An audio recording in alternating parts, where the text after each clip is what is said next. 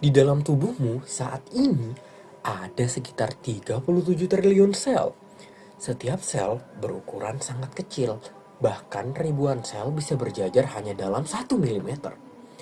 Namun, di dalam ukuran sekecil itu terdapat sebuah dunia yang sangat sibuk.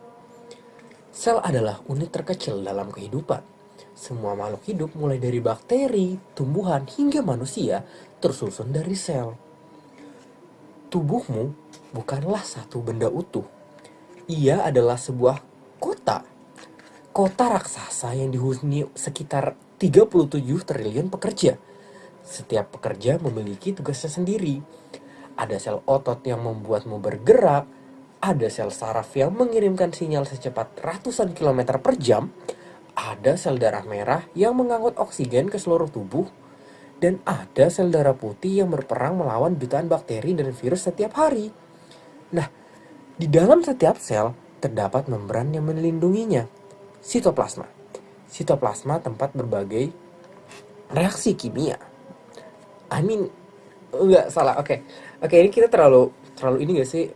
Ah, enggak. Oke. Ih, malas ngedit. Yaudah deh. Oke, lanjut. Sitoplasma terdapat berbagai reaksi kimia. Apa sih? Oke, ulang chat.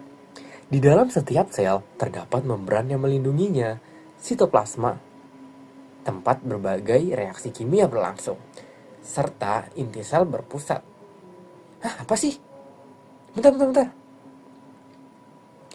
Di dalam setiap sel terdapat membran yang melindunginya, sitoplasma sebagai tempat berbagai reaksi kimia berlangsung, serta inti sel, pusat kendali yang menyimpan DNA, cetak biru kehidupan, yang lebih menakjubkan.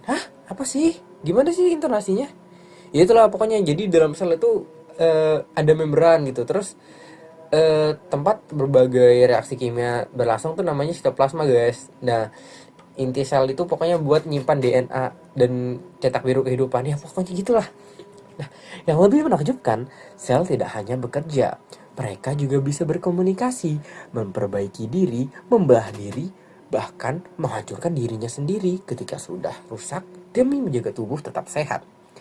Setiap detik, jutaan sel di tubuhmu mati. Namun nih, jutaan sel baru juga lahir untuk menggantikannya. Tanpa kamu sadari, sejak awal video ini diputar, miliaran reaksi kimia telah terjadi di dalam tubuhmu.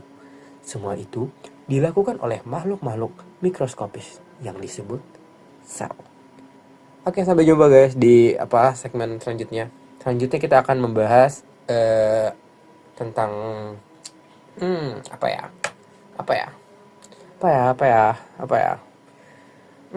Kalau misal tadi kita bahas sel, kita bahas tentang dalam inti sel deh di episode selanjutnya. Oke, ya, bye bye.